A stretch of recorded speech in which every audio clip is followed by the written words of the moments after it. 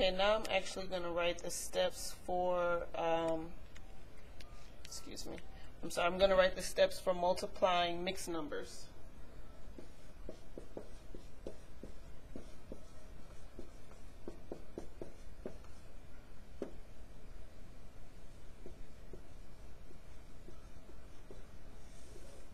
Okay, the steps for multiplying mixed numbers. The first step is you change the mixed number to an improper fraction. And we've been doing this, so that's nothing new. We know how to change mixed numbers to improper fractions. The second step is you multiply the numerators.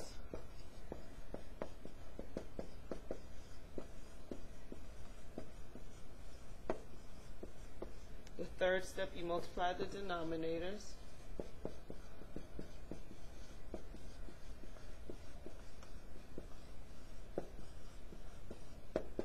Oops. And the fourth step, you simplify if necessary.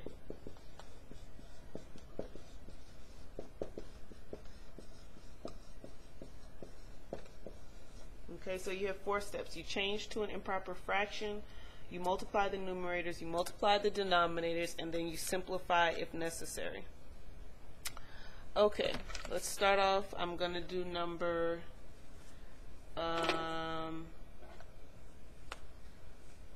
number 8.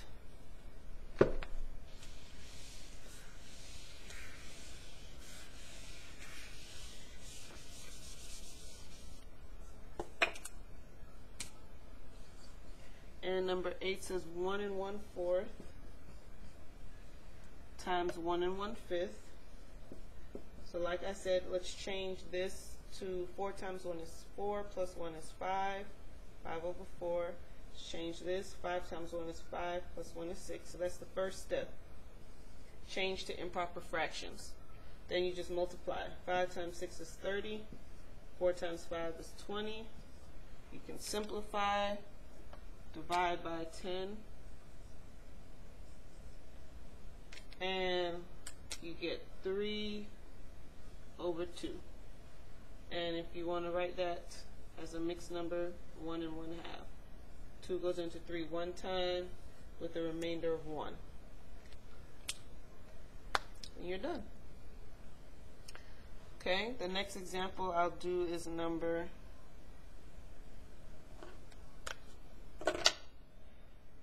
let's do number 11. I think I'm going to need the whole board for 11 because it's a long problem.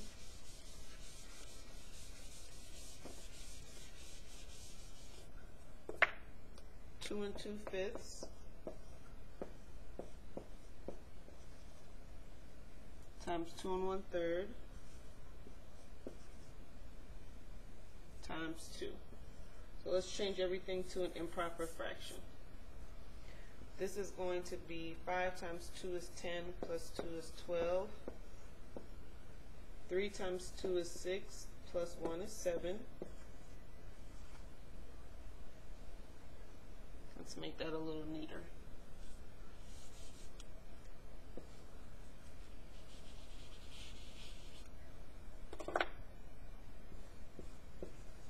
And 2, we can just write as 2 over 1. Any whole number you can write as a fraction by just putting it over a 1.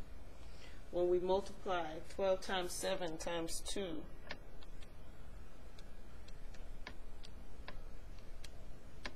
we get 168. 5 times 3 times 1, we get 15. And we can write 168 over 15 as a mixed number. 15 goes into 168. Let's do this one the long way just to refresh your memory. 15 goes into 116 one time with 1 left over. Bring down the 8. 15 goes into 18 one time with 3 left over. So you get 11, remainder 3. So 11 and 3/15. Remember, you keep the denominator. 11 remainder 3. Keep the denominator. And guess what? 3 over 15 can be simplified to divided by 3 and 3 divided by 3 is 1. 15 divided by 3 is 5. So final answer, 11 and 1/5. And we're done. Okay, the next question I want to do is number 17.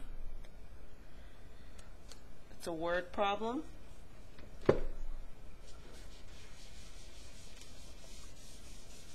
And remember, anytime if I'm moving too fast, you missed something, you didn't get something, rewind, watch and listen. That's the beauty of this technology. Okay, so number 17 says a recipe calls for 2 1/4 cups of flour. And how much flour would you need to make 1/3 of the recipe? The recipe calls for 2 1/4 cups of flour, and they want to make 1/3 of the recipe. Now, in pre-algebra and algebra, the word of oftentimes will mean multiply. When they ask for 1/3 of something or 1/5 of something, it means 1/3 times whatever they're asking about. So 1/3 of the recipe means 1/3 times however much the recipe requires, which in this case we learned already is 2 1/4. So that's our problem right there. 1/4 times 2 1/3 times 2 1/4. Okay, so 1/3. Let's change 2 1/4 to 4 times 2 is 8 plus 1 is 9. 9/4. So 1/3 times 9/4. 1 times 9 is 9. 3 times 4 is 12. We can simplify that by dividing by 3. And 9 times 3 gives you 3. 12 times 3 gives you 4. So your final answer is you need 3/4 cups of flour.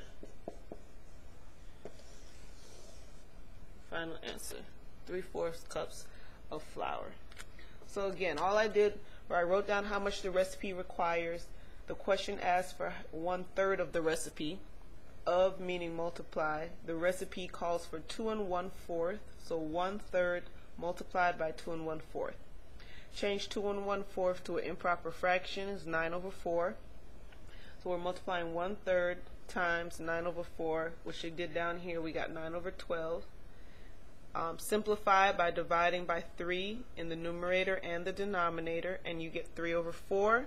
So your final answer is 3/4 cups of flour. Okay, let's go down to number 19.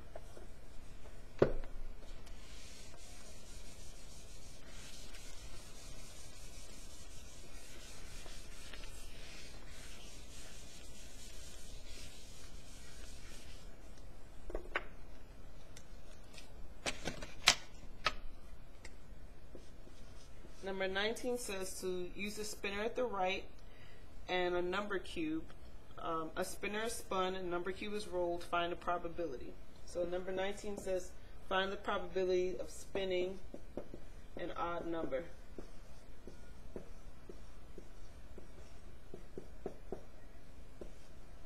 So if you think about it, on the spinner, I'll try to draw it. They have 1, 2, 3. So how many odd numbers are on the spinner? The 1 is an odd number and the 3 is an odd number. So there's 2 odd numbers. And how many numbers are there altogether? 1, 2, 3. So the probability that you'll land the spinner on an odd number is 2 out of 3. Final answer. Simple, right? Okay, let's look at number 22. It says the probability of spinning a 2 or 3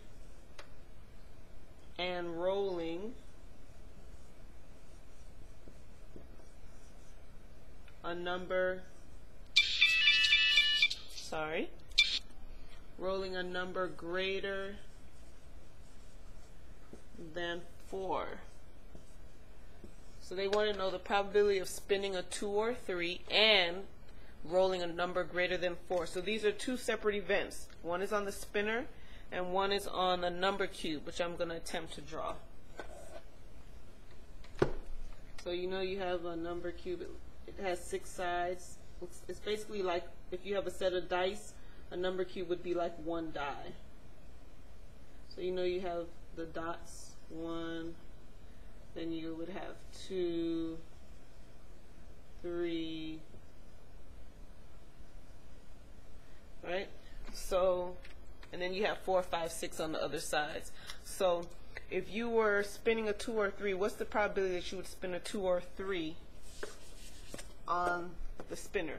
Well, it would be basically 2 or 3. You have 2 choices, 2 chances. If you land on either one of these, that would be a 2 or a 3. So you have 2 chances to spin a 2 or a 3 out of 3 total possibilities. So 2 or 3 out of 3 total possibilities is 2, 1, this choice and this choice, this choice and this choice, 2 choices out of 3 total, 2 out of 3. And then the probability that you would roll a number greater than 4. So if you think what numbers are on a number cube, 1 through 6, right? How many of those numbers are greater than 4? Only 2. Can't pick 4 because it has to be greater than 4. So 5 and 6 are the only 2 greater than 4 out of 6 total choices. So 2 out of 6. And if you want to find a probability of both of them happening, see this word right here? It's going to mean with probability, multiply. The word and, I'm going to make it stand out a little more. The word and means to multiply when you're dealing with probability. So you multiply these two, because this is going to tell you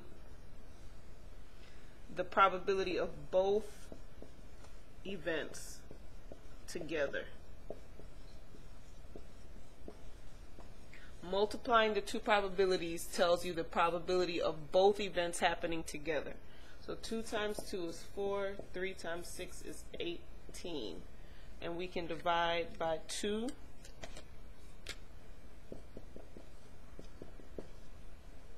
And 4 divided by 2 gives you 2. 18 divided by 2 gives you 9. So that's the probability of both of those events happening. 2 over 9, and you're done.